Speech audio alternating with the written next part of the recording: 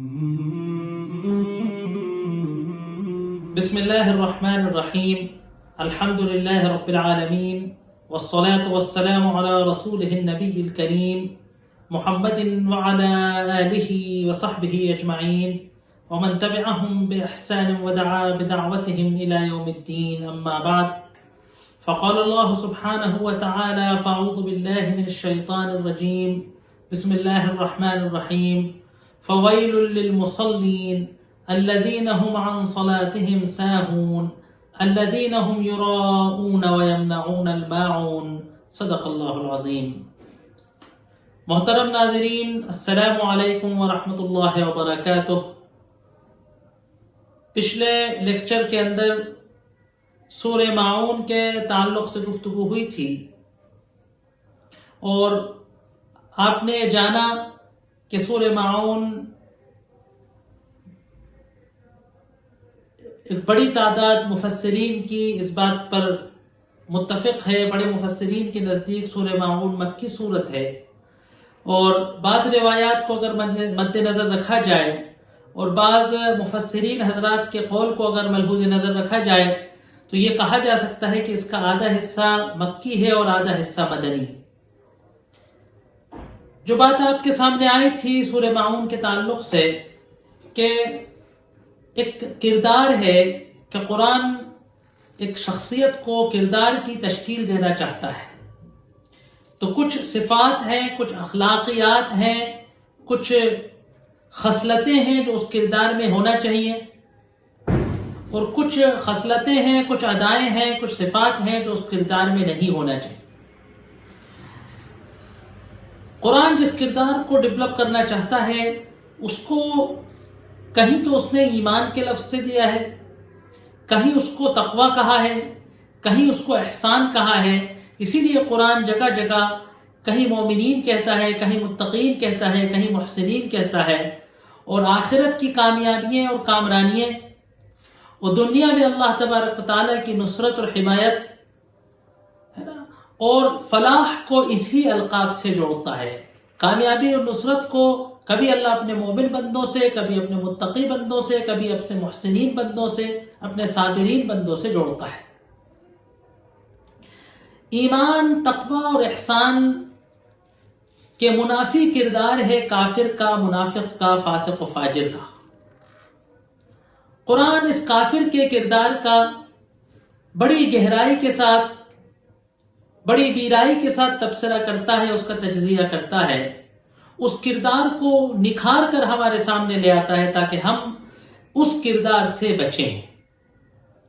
چنانچہ اس سورت کے اندر اس کردار کا تجزیہ کیا گیا ہے کہ جو آخرت کا انکار کرنے اور اللہ کے حضور جواب دہی کے تصور کا انکار کرنے سے جو شخصیت، جو کردار انسان کا ڈیولپ ہوتا ہے، اور جن طرح کی وہ خصلتوں اور جس طریقے کی وہ مزاج اس کا بنتا ہے، اس کو یہاں بیان کیا گیا ہے. اور اللہ نے کہا کہ ارائیت الذی یکذب بالدین فذلک الذی یدعو الیتیم ولا یحض علی طعام المسکین. میں نے آپ سے عرض کیا تھا کہ 5 بیماریوں کا تذکرہ اس سورے کے اندر اللہ تبارک و تعالیٰ کر رہا ہے. ایک خصلت تو ہے کہ یدعو الیتیم، یتیم کو دھتکارنا، اس کی ناقدری کرنا، اس کی حقارت کرنا، اس کو ذلیل کرنا. دوسرا بخل کی ایک صفت ہے کہ ولا یحض علی طعام المسکین، کہ مسکین و محتاج کو کھلانے سے اس کی ضرورت کو پوری کرنے پر نہ ابھارنا، انسانی ہمدردی سے دل کا عاری ہونا. تیسری بیماری جو بتائی گئی وہ بتائی گئی کہ نمازوں کی حفاظت نہ کرنا، نمازوں کو بھول جانا، نمازوں سے لاپرواہی برتنا. اور چوتھی خصلت جو بتائی گئی کہ ریاکاری کرنا، دکھلاوا ہونا. اور پانچویں صفت جو بتائی گئی کہ وہ کہ ماعون سے روکنا، وَيَمْنَعُونَ الْمَاعُونَ، کہ معاون جو عام طور سے تعاون ہے، مدد ہے، جو پڑوسیوں کو عام طور سے جو معاون کے ساتھ تھوڑی دیر کے لیے اپنی ہتھوڑی دے دیجئے، کلہاڑی دے دیجئے، آری دے دیجئے، ذرا سا پانی بھرنے کے لیے ایک بالٹی دے دیجئے، عام طور سے معاشرے کے اندر جس کو منع نہیں کیا جاتا، عام طور سے پڑوسی ایک دوسرے سے لیتے ہیں، استعمال کر کے واپس کر دیتے ہیں۔ بخل کی ایک حد ہے کہ انسان اتنا بھی خرچ کرنے پر، اتنا بھی دوسرے کو دینے پر، یا اپنے آپ کو دوسرے پر اتنا نچھاور کرنے پر بھی نہ تیار ہو، ایثار و قربانی کے منافی مزاج ہے۔ تو ایمانی کردار انسانی ہمدردی سے لبریز ہوتا ہے، معاشرے کے مظلوم، یتیم اور بے سہارا لوگوں کے لیے اس کا دل نرم ہوتا ہے، اس کی آنکھیں اشک بہاتی ہیں، غریبوں اور مسکینوں کو کہ بھوک کے اور پیاس کے تقاضوں کو پورا کرنے کے لیے وہ دوڑ لگاتا ہے۔ اللہ تبارک و تعالیٰ کے حقوق، عبادتوں کے اندر، نمازوں کے اندر اس کا دل استحضار رہتا ہے۔ مومن کا کردار اخلاص پر مبنی ہوتا ہے، وہ اپنے ہر عمل کے اندر، اپنے ہر کردار کے اندر، اپنے ہر ایکشن کے اندر وہ اللہ تبارک و تعالیٰ کی مرضی اور اللہ تبارک و تعالیٰ کی خوشنودی کو مد نظر رکھتا ہے، اور وہ اپنے آپ کو دوسروں کے لیے مفید بناتا ہے، دینے والا ہوتا ہے، وہ نچھاور کرنے والا ہوتا ہے، وہ دوسروں کے لیے قربان ہونے والا ہوتا ہے، نہ کہ وہ یہ کہ معاون تک جیسی چیزوں کو روکنے والا ہوتا ہو۔ اس کے سلسلے میں سیر حاصل کچھ بحث ہوئی تھی۔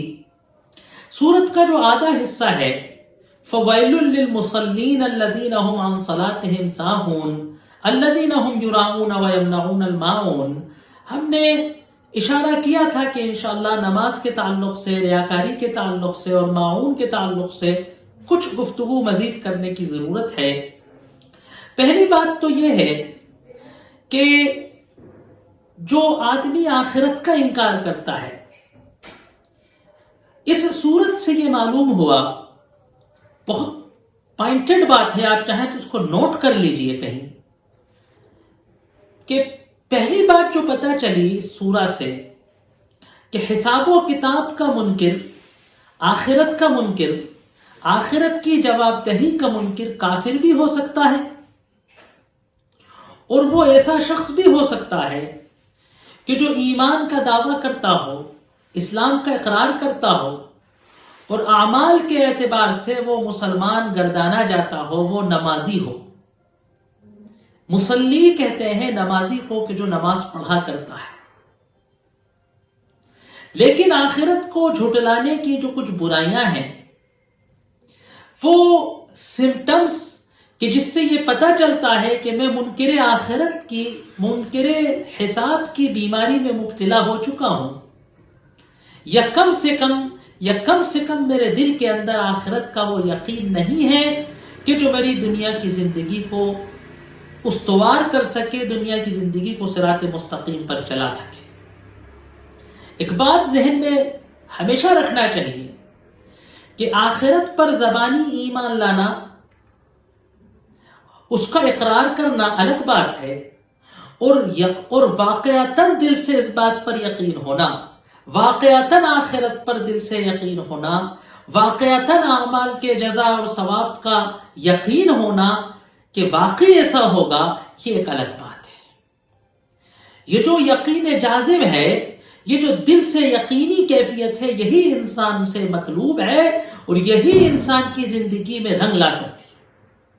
خالی زبانی اعتقاد، یقیناً ہم اس کو مومن کہیں گے، ہم کسی کے دل پر الزام نہیں لگا سکتے، لیکن یہ دل کی کیفیت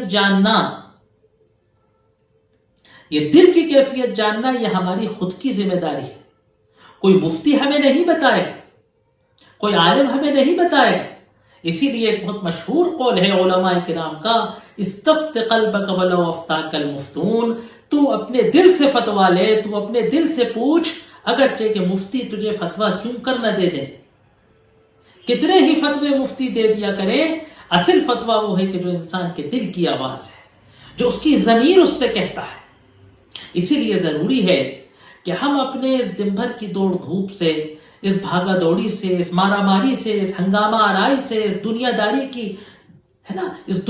کی اٹک پٹک سے ہمیں کوئی وقت نکالنا چاہیے کہ جس میں ہم اپنا محاسبہ کریں، جس میں ہم اپنے اوپر غور کریں، جس میں ہم اپنے ضمیر سے کچھ گفتگو کریں، ہم اپنے ضمیر سے یہ کنفرم کریں کہ کیا وہ واقعی اللہ پر یقین کرتا ہے، کیا وہ واقعی اللہ کی اس ذات پر یقین کرتا ہے کہ جو قرآن میں بیان کی گئی ہے، یا کیا وہ واقعی اللہ کے علم پر، اللہ کی سماعت پر، اللہ کی بصارت پر کہ اللہ دیکھ رہا ہے، اللہ سن رہا ہے، اللہ سب جانتا ہے، کہ اس پر واقعی مجھے یقین ہے؟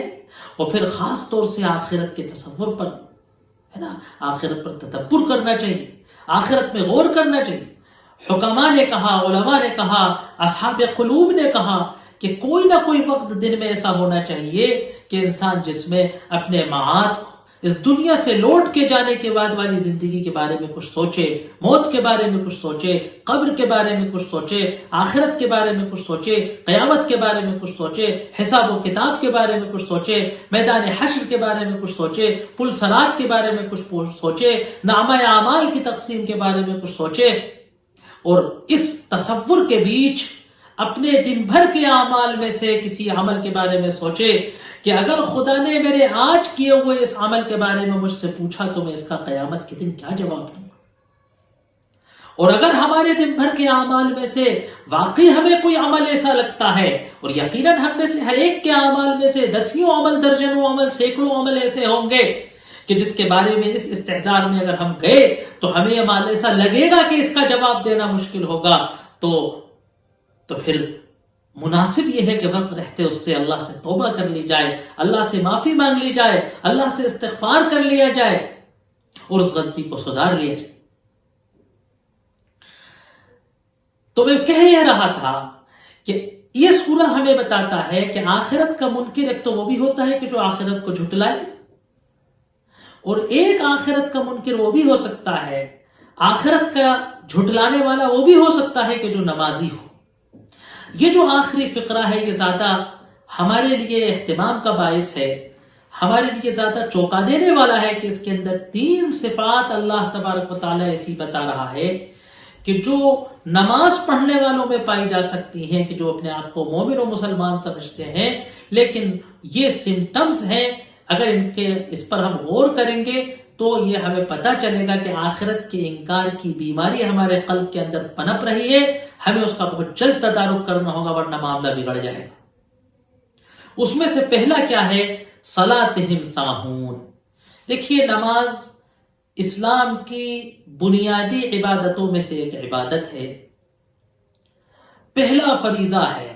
اللہ تبارک و تعالی، اللہ کے رسول صلی اللہ علیہ وآلہ وصحبہ وسلم نے کہا کہ بنی الاسلام علی 5، اسلام 5 پلروں پر، 5 ستونوں پر کھڑا ہے۔ شہادت اللہ الہ الا اللہ و محمد رسول اللہ، اس بات کی گواہی، اس بات کا اقرار، اس بات کا اعتراف، اس بات کو ماننا، اس بات کو ایک آئیڈیولوجی کے طور پر ماننا کہ اللہ کے سوا کوئی معبود نہیں اور محمد صلی اللہ علیہ وسلم اس کے سچے اور آخری نبی ہیں، اس کا اعتقاد۔ اقام الصلاۃ، نماز کو قائم کرنا، ایتاء الزکوٰۃ، زکوٰۃ کو ادا کرنا، صوم و رمضان، رمضان کا روزہ رکھنا، وحج البیت، اور اللہ کے مقدس گھر کعبے کا حج کرنا۔ تو ان 5 اسلام کے بنیادی ارکان میں سے رکن ثانی شہادت کے بعد، عقیدے کے بعد جو سب سے بڑا عمل ہے وہ نماز۔ حدیث کے اندر آیا بیننا و بینہم الصلاۃ، آپ نے فرمایا کہ ہمارے اور کافروں کے درمیان جو حد فاصل ہے، کھیتوں میں ہمارے یہاں میڑ ہوتی ہے، باؤنڈری وال ہوتی ہے کہ صاحب یہ لائن کھینچی ہوئی ہے، یہ پلاٹ میرا ہے اور یہ پلاٹ دوسرے کا ہے، تو یہ ایمان ہے، یہ اسلام ہے اور یہ کفر ہے۔ اللہ کے رسول صلی اللہ علیہ وسلم نے بتایا کہ ایمان اور کفر کے درمیان جو سرحد ہے، ایمان اور کفر کے درمیان جو ریکھا کھینچی ہوئی ہے، جو سرحد ہے، وہ الصلاۃ ہے، نماز ہے۔ کہا کہ من ہدمہا فقد ہدم الدین، جس نے نماز کو ڈھا دیا، جس نے نماز ضائع کر دی، گویا اس نے دین کو ڈھا دیا، دین کو اس نے گنوا دیا۔ ایک حدیث کے اندر آیا کہ من ترک الصلاۃ متعمدا فقد کفر، کہ جس نے جان بوجھ کر نماز چھوڑ دی فقد کفر، تو اس نے کفر کا ارتکاب کیا۔ بعض علماء نے تو کہا کہ وہ کافر ہو گیا، بعض علماء نے کہا کہ اس نے کفر والی حرکت کی، لیکن حدیث کے الفاظ ہے کہ فقط کفر۔ حقیقت یہ ہے ہے نا. ظاہر سی بات ہے ہم کسی کو کافر نہیں کہہ دیتے، کافر کہنا بہت بڑی بات ہے. اللہ جانتا ہے کہ ایمان کس کے دل میں ہے اور کس کے دل میں نہیں. ہم لوگوں پر کفر کا فتویٰ لگائیں، ہم لوگوں پر کفر کا فتویٰ چسپا کرتے پھریں، اپنے آپ کو مقدس قرار دیتے پھریں، یہ کافر، یہ فاسق، وہ فاجر، بڑی بری بات ہے، اللہ کو برا لگ جاتا ہے. لیکن ہمارے سمجھنے کے لیے بات یہ ہے، ہمارے خود کے لیے بات یہ ہے کہ اگر نعوذ باللہ والعیاذ باللہ اگر ہم نماز نہیں پڑھتے، وہ پڑھتے نہیں، کوتاہی کرتے ہیں اگر ہم نماز میں، اور اگر ہمارے ساتھ ایسا ہوتا ہے، استغفر اللہ، نعوذ باللہ اگر ہمارے ساتھ ایسا ہوتا ہے کہ ہم جان بوجھ کر نماز چھوڑ دیتے ہیں، تو واقعۃ الامر یہ ہے کہ فقط کفر، ہم نے کفر کیا، ہم کافر ہو گئے. نماز ایسی چیز ہے ہی نہیں کہ جس کو چھوڑا جا سکتا. ایک صاحب ایمان کے نزدیک اس کا تصور ہی نہیں ہو سکتا کہ نماز چھوڑی جا سکتی. اسی لیے اللہ تبارک و تعالیٰ نے کہا، آپ صلی اللہ علیہ وسلم نے بتائی یہ بات کہ اگر کھڑے ہو کر نہیں پڑھ سکتے تو بیٹھ کر پڑھیں گے، بیٹھ کر نہیں پڑھ سکتے تو لیٹ کر پڑھیں گے، اگر اشارے سے پڑھیں گے، لیکن نماز چھوڑی نہیں. اگر ہوش ہے، حواس ہے، تو نماز چھوڑی نہیں جا سکتی. نماز کمال عبودیت ہے. قرآن کے اندر آیا کہ فخلف من بعدهم خلف اضاعوا الصلاة واتبعوا الشهوات. بتایا کہ نبیوں کے بعد ایسے لوگ ان کے جانشین ہوئے، ایسی نسلیں ان کی آئیں کہ اضاعوا الصلاة، نمازیں ان نے ضائع کر دی، واتبعوا الشهوات، نماز کو اگر ضائع کریں گے ہم تو دوسرا نتیجہ کیا ہوگا کہ ہم پہ شہوتوں کی پیروی کرنے لگیں گے، ہم شہوتوں کے غلام بن جائیں گے، ہم خواہشات کا پتلا بن کر رہ جائیں گے، اور پھر شیطان کے لیے ہم کو یرغمال بنا لینا، شیطان کو ہمیں شکار کر کر جہنم رسید کر دینا کوئی مشکل کام نہیں رہ جائے گا. اللہ نے فرمایا ان الصلاۃ تنہی عن الفحشاء والمنکر، بے شک نماز فحشا سے، گندگیوں سے اور برائیوں سے، منکر سے روکا کرتی ہے. نماز کے تعلق سے گھنٹوں گفتگو کی جا سکتی ہے. خلاصہ کلام یہ ہے کہ اسلام کا بنیادی عمل نماز ہے، اور نماز کیا ہے کہ کئی عبادتوں کا مجموعہ ہے. نماز کو الصلاۃ جو ہے، صلاتہم، صلاۃ عربی میں کہتے ہیں دو مطلب آتے ہیں اس کے عربی ڈکشنری میں. ایک تو صلاح اصلی چیکنے کے، سیکنے کے مطلب آتے ہیں، روسٹ کرنے، اور ایک آتے ہیں دعا کے مطلب، ہے نا. کوئی نماز کیا ہے؟ یہ نماز ہم کو تپا کر، ٹھوک بجا کر مومن بناتی ہے. اور یہ نماز کیا ہے؟ یہ ہماری دعا ہے، اللہ تبارک و تعالیٰ سے گفتگو کا ذریعہ ہے. یہ دیکھیے مکمل عبادت کے سارے محاسن اس میں جمع ہے. سب سے پہلے تو یہ طہارت کا علم بردار ہے، پاک ہو کر اس کے لیے تیار ہوتے ہیں. پھر اللہ کی عبودیت کا، کہ ہم اللہ کے غلام ہیں، اس کا مظہر ہے نماز. ہم ہاتھ باندھ کے اس کے سامنے غلاموں کی طرح کھڑے ہوتے. کوئی دنیاوی عمل ہم اگر کوئی اشارہ کریں گے، کوئی بات کریں گے، کوئی گفتگو کریں گے، کوئی چیز اٹھا کر ادھر سے ادھر رکھ دیں گے، عمل کثیر کر دیں گے، نماز فاسد ہو جائے گی. گویا کہ ہم اتنی دیر دنیا میں نہیں ہوتے. کوئی دنیاوی عمل، یہاں تک کہ اگر کوئی سلام کرے گا تو اس کے سلام کا جواب دے دینا، گویا کہ ہم دنیا میں نہیں ہیں، ہم اللہ کے دربار میں، اس کی دربار میں، اس کی حاضری میں، اس کے حضور میں کھڑے ہیں.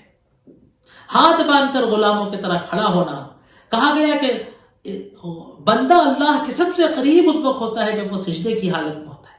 سجدہ اس کے اندر ہے. پھر سب سے افضل چیز قرآن ہے، تلاوت قرآن. افضل الذکر ھذا القرآن، سب سے افضل ذکر جو ہے وہ قرآن کی تلاوت ہے. نماز کے اندر قرآن کی تلاوت کی جاتی ہے، تسبیحات پڑھی جاتی ہیں، اللہ کی کبریائی بیان کی جاتی ہے، اللہ اکبر سے شروع ہوتی ہے. کئی بار اللہ کی بلندی، اللہ کی کبریائی بیان کی جاتی ہے. اللہ کے حضور ماتھا پٹک کر اس کی خدمت میں سر ڈالا جاتا ہے، اس کے حضور ہاتھ باندھ کر کھڑا ہویا جاتا ہے. اتنی دیر دنیا کو بھول کر اللہ کے دربار کی حضوری میں ہوتے ہیں.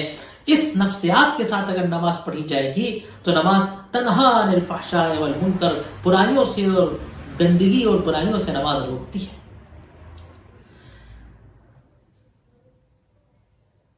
اللہ تبارک و تعالی یہاں کہہ رہے فویل للمصلین، ہلاکت و بربادی ہو ان نمازیوں کی کہ جو اپنی نمازوں سے لاپرواہی کرتے ہیں، اپنی نماز کو بے وقت پڑھتے ہیں.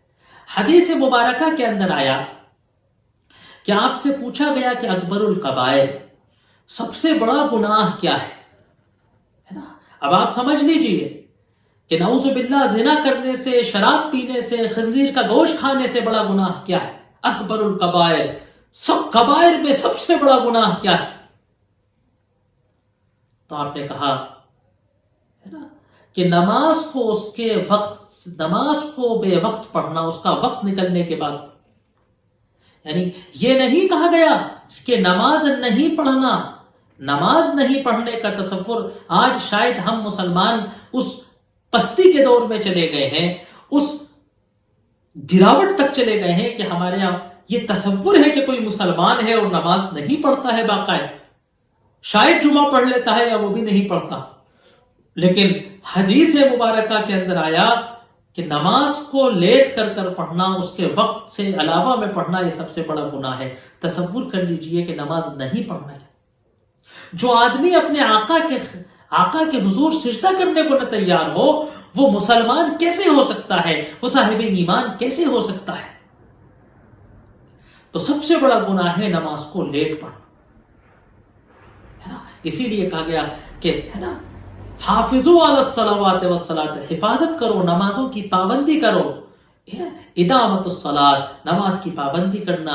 پھر کیا ہے؟ اقامت الصلاۃ، نماز کو قائم کرنا، اس کو پورے ادب سے قائم کرنا، سنتوں و نوافل کے ساتھ قائم کرنا، اس کے پورے خشوع و خضوع کے ساتھ اسے قائم کرنا، ہے نا، اس کو بہترین مناسب اوقات میں قائم کرنا. علماء نے کہا ہے کہ نماز کے 3 اوقات ہیں. ایک افضل وقت، ایک اختیاری وقت. افضل وقت کیا ہے؟ شروع اول وقت. نماز کا وقت ہوتے ہی آپ نماز پڑھیں تاکہ یہ معلوم ہو کہ آپ اپنے آقا کے حضور غلامی کی رسم بجانے کے لیے آپ بےتاب تھے، انتظار کر رہے تھے. جیسے ہی وقت داخل ہوا آپ اپنے آقا کے حضور کھڑے ہو گئے.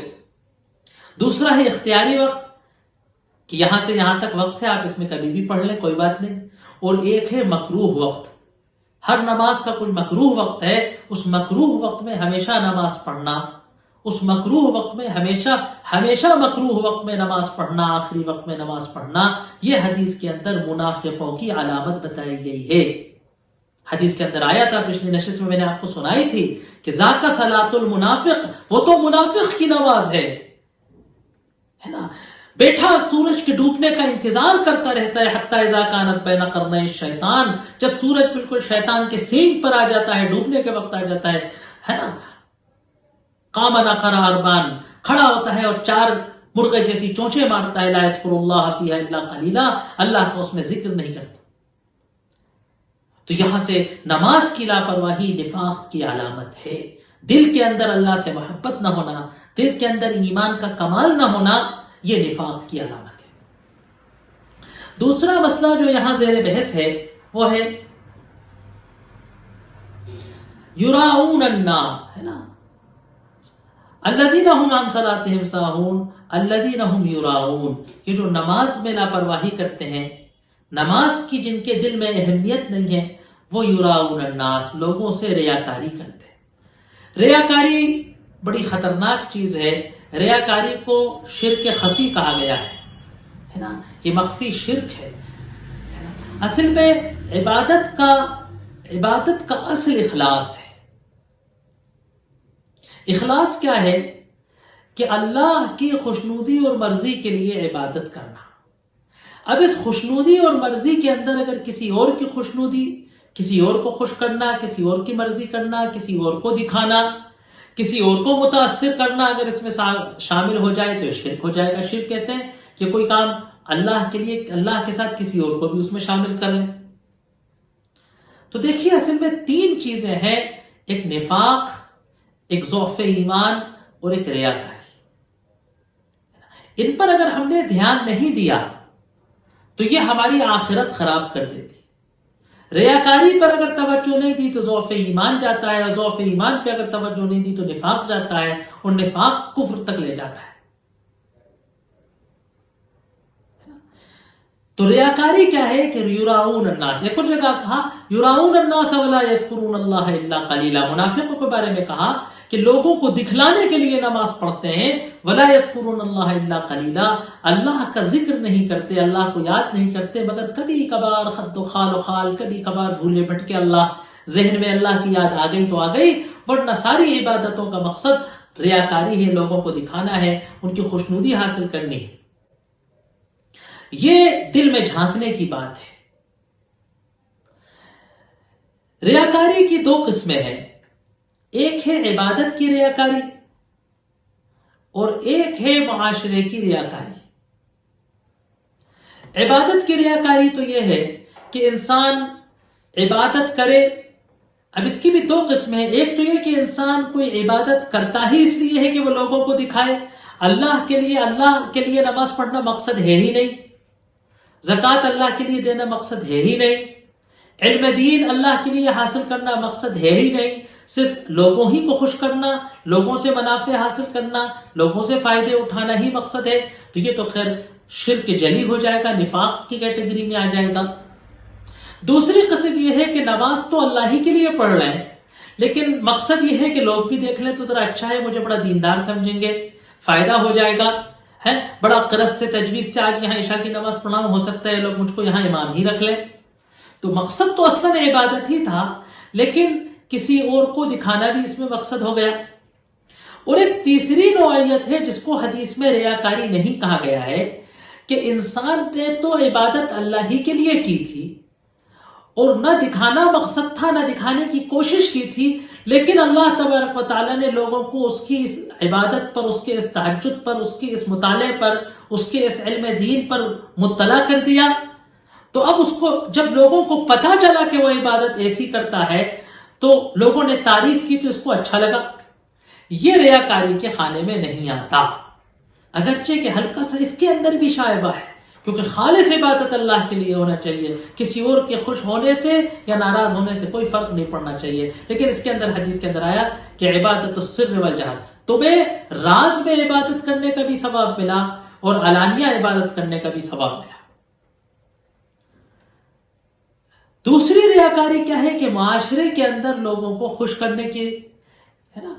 لوگوں نے کہا کہ تین طرح کی ریاکاری ہے، ایک ہے عبادت کے ذریعے ریاکاری،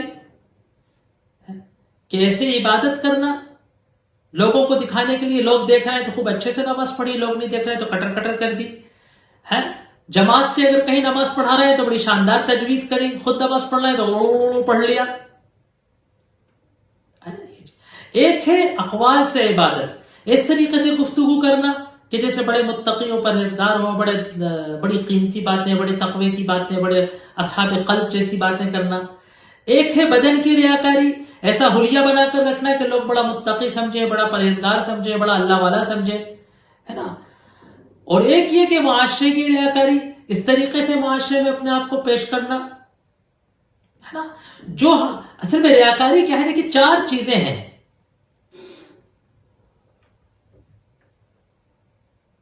چار چیزیں ہیں۔ دیکھیں، ایک ہے ظاہر اور باطن کا الگ ہونا، یہ نفاق اور ریاکاری ہے۔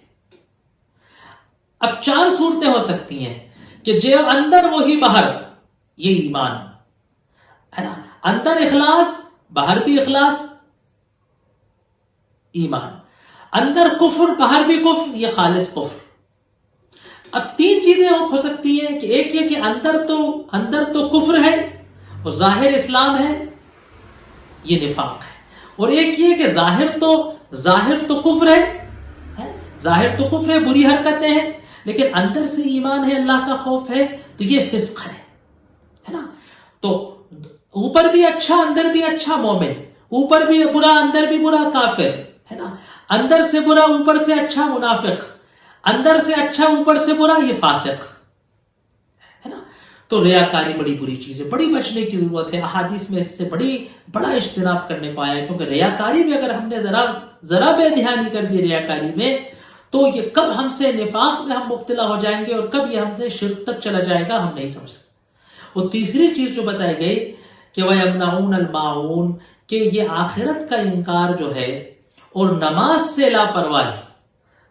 لاپرواہی انسان کو ریاکاری میں مبتلا کرتی ہے، اور وہاں سے پھر انسان کو گھٹیا پنے تک لے آتی ہے، اور اس گھٹیا پنے تک کہ انسان بڑی باتیں اور بڑا انفاق اور بڑا ایثار و قربانی اور ایک دوسرے پر اپنے آپ کو نچھاور کر دینا، اور مہاجرین اور انصار کی مثالیں اور گھر و بار تقسیم کر دینا اور مال و دولت ہے نا لوگوں پر اور غریبوں پر خرچ کر دینا، وہ تو بہت دور کی بات ہے۔